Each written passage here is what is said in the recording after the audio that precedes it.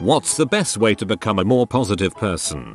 I think it helps to give someone a compliment each day. Maybe not the same person every day, but finding something nice to say about something helps.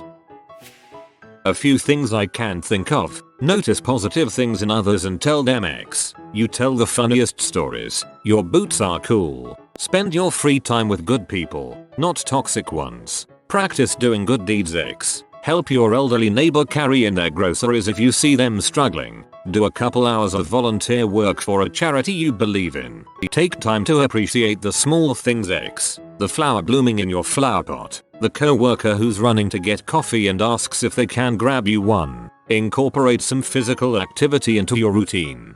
Physical activity. I can't believe how many times I've learned, forgotten, and relearned this lesson. All of life's nonsense seems so much easier to deal with when you're working out regularly. Practice gratitude. Yes, our family practices 3 good things. At dinner each person says 3 good things that happened that day. It can be big, I got a raise, or small, this salad is tasty. I've been told it improves optimism.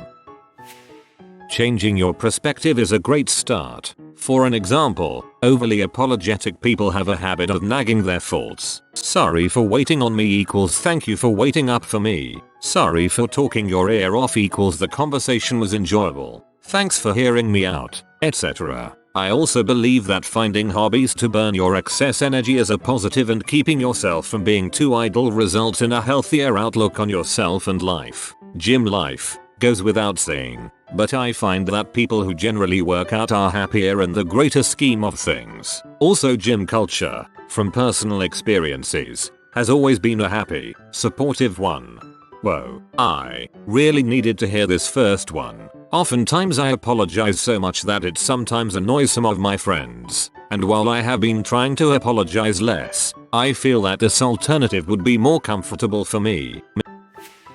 Don't engage in gossip, and let the small things go, even if you were right. Exactly, so much easier to let things go. This was a huge thing for me. 99% of the time it's just easier to not say anything. Engaging in negativity is bad for everyone involved. Find something beautiful every day. That's how I cope with my depression. Even on terrible days, I can find something. The way moonlight makes my dog's fur look silver, the sound of rain, the exquisite softness of a blanket. There's always something beautiful to experience. I work in a giant cemetery as a groundskeeper. Something about managing final resting places and respectfully keeping them looking nice makes me feel great. For me, the best way is to feel life, internally feeling the texture of my own skin, feeling the air go in my lungs, feeling my muscles engage as I use them. Externally, hear the birds sing and watch them fly, watch the people around me run, work, talk, eat, fight, love, feel the ground under my feet and its vibrations. In essence, I strive to remove the meaning that my mind places on the world, and I let the world create its own meaning. I center myself, observe, and then strive to love every little bit of it, the good and the bad. I end up experiencing something existential, not a crisis, more like awe. It's as if I'm bearing witness to a moment in time and space that has never been, but is, and will likely never be again with these same variables. In those moments, I am simply happy to exist. It brightens up the rest of my life too. Be grateful. I sometimes get pissy about how I have so much to do after work. Run errands, make dinner, do dishes, do laundry, etc. Instead of getting bogged down by lists of chores, I stop and think it's great I have a car that can take me easily around town to do my errands. So blessed to have the money to buy food that I can prepare for my loving family, and a perfectly functioning washer and dryer at home. So much of happiness is a choice to view things in a different light. It's an oldie but a goodie. Treat others the way they want to be treated. To go off that, something that really helped me was treating myself the way I'd want to be treated by others. I stopped being so mean and critical of myself all the time, and it really helped me. Positive pessimism. Bad things will happen. They just will. There's no avoiding it. But good things will also happen. No avoiding that, either, and thank goodness. Even at the darkest moment of your life, there will still be sunrises and puppies and chocolate. Find those good things and be grateful for them. Realize that other people, especially strangers, simply don't care that much about you. Unless you're being obnoxious or violent, other people most likely aren't paying attention to what you wear, how you act, or what you look like. I utilize the phrase "that's okay" so much. It's been life-changing. Something bad happens to me, that's okay. I will deal with it practically. Something goes awry, that's okay. I've dealt with worse and come through unscathed. Catching myself saying negative things about myself and my abilities, that's okay. Next time I'll treat myself with love. Just an air of quiet, persistent optimism and accepting that even if I'm not positive right now, I can be next time. So true. Well, crap happens. Only when you stop complaining do you realize how much everybody else complains about the smallest things. And it's also inconsequential. Like, crap that won't even matter in 5 minutes. Ditching Facebook really helped. This last election really put the nail in the coffin for me. Family fights. Friends posting facts that weren't backed by any data. It is cancer, folks. For those who haven't done it, ditching FB was a major positive move for me. I haven't deleted my account in case I need to contact someone, but I look at it like once a month. Maybe. There are times when I'll go months without looking at it. Hugely positive move. Start your day with an attitude of what do I have to look forward to today. Make a list and start the day positive. It may turn to crap but plenty of times it won't. Invest your time in the relationships you have with your friends and family. This modern world is so consumption based and so much discourse is stupid and shallow. It can make you crave meaning in your life. What's happening in the news is important, sure, but it won't make you emotionally full. Trying to find solidarity and fellowship online is largely a diet of empty calories. The part of life you can control and affect is your relationships with those you are closest to. Simply remembering that fact that life isn't always that bad. And it isn't forever. Write down 5 nice things that happened each day. It could be anything from someone gave you a compliment, you chatted with a stranger, or all the lights were green on the way home. You eventually start noticing nice things all the time. My friend actually did this to me and it worked, so now I do it to myself. We used to speak every night and she would ask, "What is your favorite thing about today?" It makes my days always end on a positive note and I focus on the best part of the day instead of the worst. The world is 100% neutral towards you. Understand that and it's much easier to be a positive person. So true. People seem to have this mentality that the whole world is working against them. It isn't. That defeatist mentality will get you nowhere. Drop a bunch of electrons. Slow clap.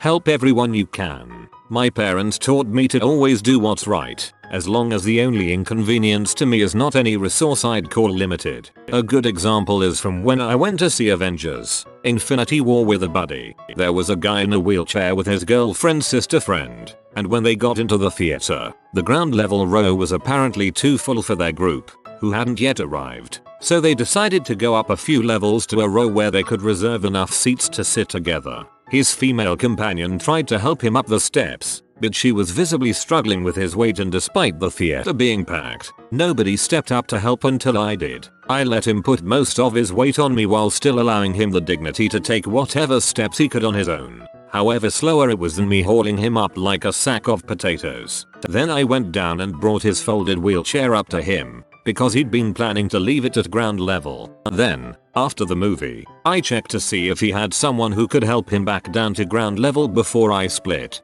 He did. My friend was blown away by all of this, but it didn't even strike me as something worth noticing until he mentioned it. I could help, and all I missed out on was the pre-preview commercials for a couple minutes. I probably would have forgotten it entirely if my friend hadn't spent half an hour after the movie blown away by it. This message is approved by Jesus.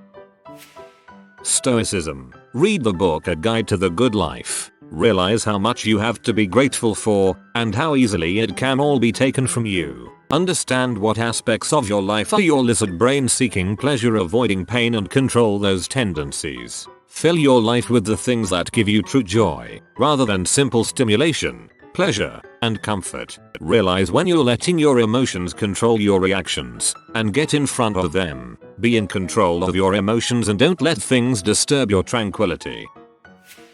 Have something positive going on. Choose a hobby you enjoy or follow a plan to reach life goals. Surround yourself with positive people and disengage yourself from people who stir up drama. It's amazing how much frustration one or two troublemakers can generate, and if you aren't careful that can seep out into your own attitude toward your other relationships. Show the people who are good to you how much you appreciate them and keep the others at arm's length. Take reasonably good care of your body. Eat well. Keep fit. Get enough sleep. One last note, do not try to use a relationship to fix gaps in yourself. Romance can be wonderful, but it is not a substitute for working on you.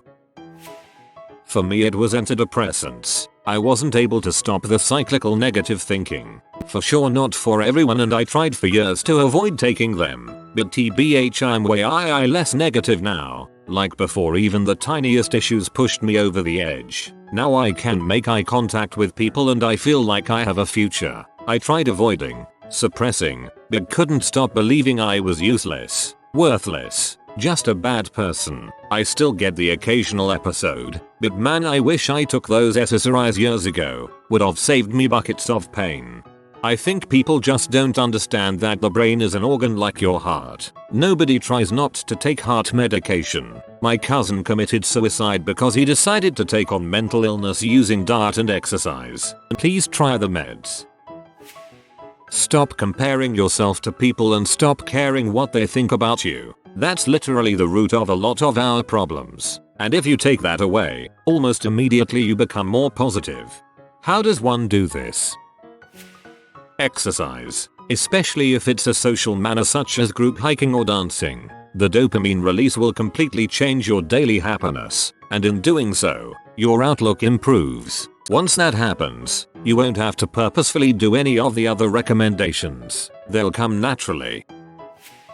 Cut useless crap.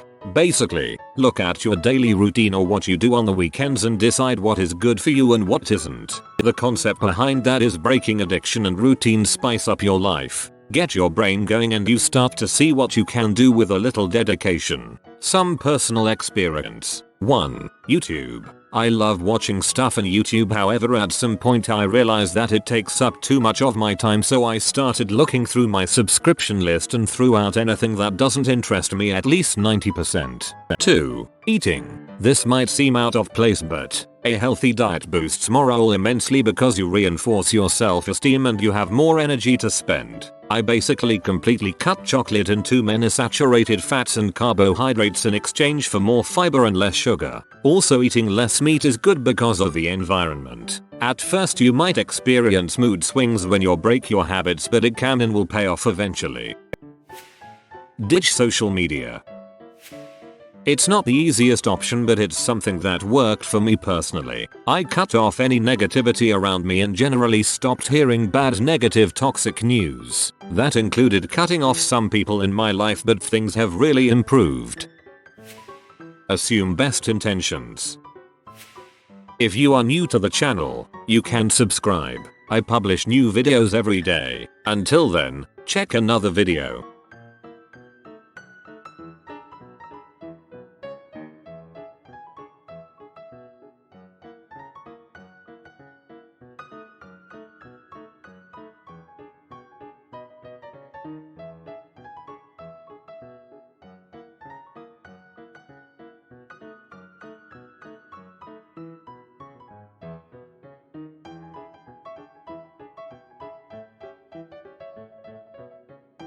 Bye for now.